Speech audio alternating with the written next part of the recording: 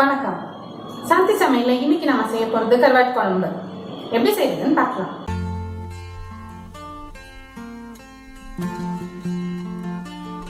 கருவாட்டு குழம்பு செய்ய கருவாடு கொஞ்சம் எடுத்துக்கோங்க. நான் சீலா கருவாடு எடுத்துருக்கோம். தேவையான அளவு உப்பு எடுத்துக்கோங்க. கருவாடுல எவ்வளோ உப்பு இருக்கோ அதுக்கு தகுந்தபடி நம்ம உப்பு போட்டுக்கணும். 3 டீஸ்பூன் குழம்பு மிளகாய் பொடி எடுத்துக்கோங்க. அரை எலுமிச்சம்பழம் அளவுக்கு புளி எடுத்துக்கோங்க. அதை நல்லா கரைச்சி ஜூஸாக எடுத்து வச்சுக்கோங்க. தாளிக்கிறதுக்கு நல்லெண்ணெய் எடுத்துக்கோங்க. ஒரு தக்காளி கட் பண்ணி வச்சுக்கோங்க. 4 பச்சை மிளகாய் எடுத்துக்கோங்க. கொஞ்சம் பூண்டு எடுத்துக்கோங்க. கருவேப்பிலை கொஞ்சம் எடுத்துக்கோங்க. சின்ன வெங்காயம் கொஞ்சம் உரிச்சுக்கோங்க. பாத்திரம் சூடானதும் எண்ணெய் விட்டுக்கோங்க. கொஞ்சம் நிறையவே எண்ணெய் விட்டுக்கோங்க. எண்ணெய் சூடானதும் அதில் வெங்காயம், கருவேப்பிலை, பூண்டு போட்டுக்கோங்க.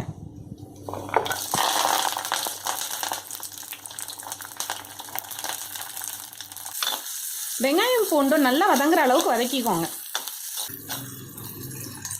வெங்காயம் நல்லா வதங்கிடுச்சு. இப்போ தக்காளி ஆட் பண்ணிக்கோங்க. தக்காளியை நல்லா வதக்கிக்கோங்க. தக்காளி நல்லா வதங்கிடுச்சு. இதில் கழுவி வச்சிருக்கிற கருவாடை போட்டுக்கோங்க. இந்த கருவாடு நல்லா வதங்கட்டும்.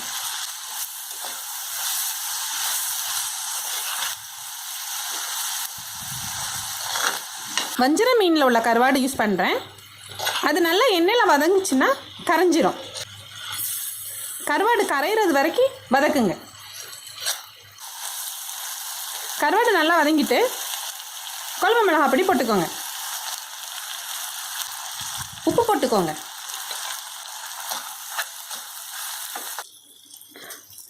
எண்ணெயில் நல்லா வதங்கிடுச்சு. இப்போ கரைச்சி வச்சிருக்கிற புளி ஊற்றிடுங்க.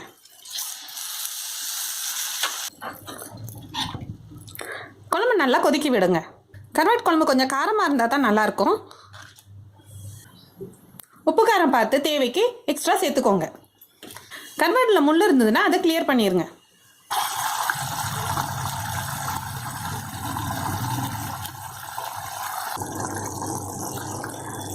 குழம்பு கொதிச்சு நல்லா எண்ணெய் பிரிஞ்சு வந்துருச்சு. இந்த ஸ்டேஜில் அடுப்பை ஆஃப் பண்ணிடலாம். தேங்காய் சேர்க்காததுனால இந்த குழம்பு 2-3 நாளைக்கு கெட்டு போகாது. சூடு பண்ணி யூஸ் பண்ணிக்கலாம். கருவாட்டு குழம்பு மறுநாள் சாப்பிட்றதுக்கு ரொம்ப சுவையாக இருக்கும். வஞ்சர மீன் கருவாட்டு குழம்பு சமைச்சு சாப்பிட்டு பார்த்துட்டு எனக்கு கமெண்ட் பண்ணுங்கள். இந்த வீடியோ உங்களுக்கு பிடிச்சிருந்ததுன்னா லைக் பண்ணுங்கள், ஷேர் பண்ணுங்கள், சப்ஸ்கிரைப் பண்ணுங்கள்.